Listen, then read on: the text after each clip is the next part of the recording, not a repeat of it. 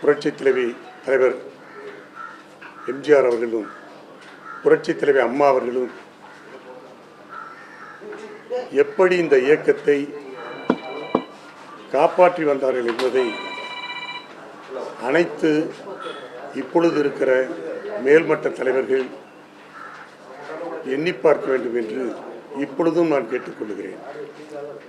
என்னை பொறுத்தவரையில் எனக்கு பொன்மனச்செம்மல் புரட்சித் தலைவர் எம்ஜிஆர் அவர்களும் புரட்சித் தலைவி அம்மா அவர்களும் எனக்கு பல்வேறு வாய்ப்புகளை தந்து அழகு பார்த்தார்கள்.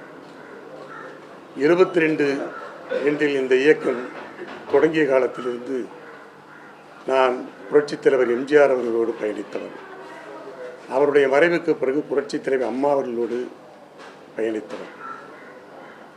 எனவே இந்த இயக்கத்திலே இன்றைக்கு நான் வேதனையோடு கனத்த இதயத்தோடு பொறுப்பிலிருந்தும் கட்சியிலிருந்து விலகுகிற முடிவை எடுத்திருக்கிறேன் என்று சொன்னால், நான் முதலிலே அந்த 2 மாபெரும் ஆளுமைமிக்க தலைவர்களின் ஆன்மாக்களுக்கு என்னுடைய வருத்தத்தை தெரிவித்து அந்த ஆன்மாக்களிடம் என்னுடைய மன்னிப்பை நான் கேட்டுக்கொள்ள கடமைப்பட்டவனாக இருக்கிறேன்.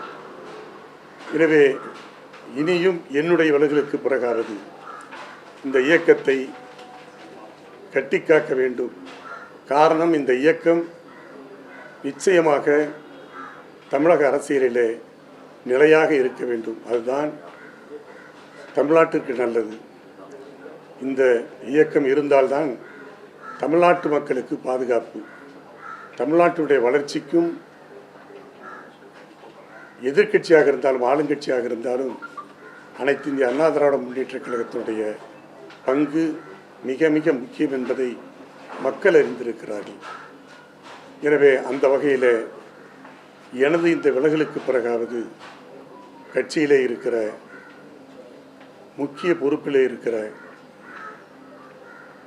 பொதுச் செயலாளர் அவர்கள், மற்ற தலைமை கழக நிர்வாகிகள், தலைமை கழக செயலாளர்கள், மூத்த நிர்வாகிகள் எல்லாம் இனிமேலாவது தங்களுக்கு இருக்கிற அந்த ஈகோவை மறந்து தாங்கள் செய்ய தவறிய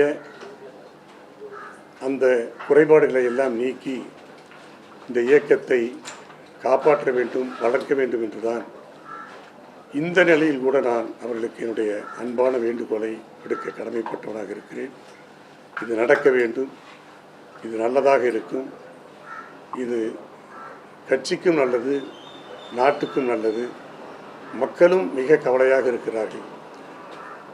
பொன்மனச்செம்மல் புரட்சித் தலைவர் எம்ஜிஆர் அவர்களால் மக்கள் இயக்கமாக துவக்கப்பட்ட இந்த கட்சி மக்களிடமிருந்து விலகுகிறதோ என்ற அந்த ஒரு அச்சம், ஐயப்பாடு மக்களிடம் இருக்கிறதையும் நான் உணர்கிறேன். தொண்டர்கள் அதாவது தாயற்ற பிள்ளையாக இன்றைக்கு தவித்து கொண்டிருக்கிறார்கள். எனவே கழகத்திலே முக்கிய பொறுப்பில் இருக்கிற நிர்வாகிகள் இதை உணர்ந்து இந்த இயக்கத்தை காப்பாற்ற வேண்டும் என்பதுதான் என்னுடைய வேண்டுகோளாக அவர்களுக்கு வைக்க விரும்புகிறேன்.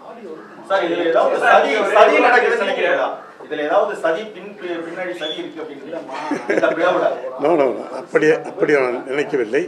இதில் சதிக்கு என்ன இருக்கிறது? சதி ஒன்றுமில்லை. சதி என்பதற்கு, அதாவது எங்களுடைய இயக்கத்தை பொறுத்தவரையில் எங்களுக்குள் ஒற்றுமை இருந்தால் போதும். அப்படி ஒற்றுமை இருந்தால் வெளியிலிருந்து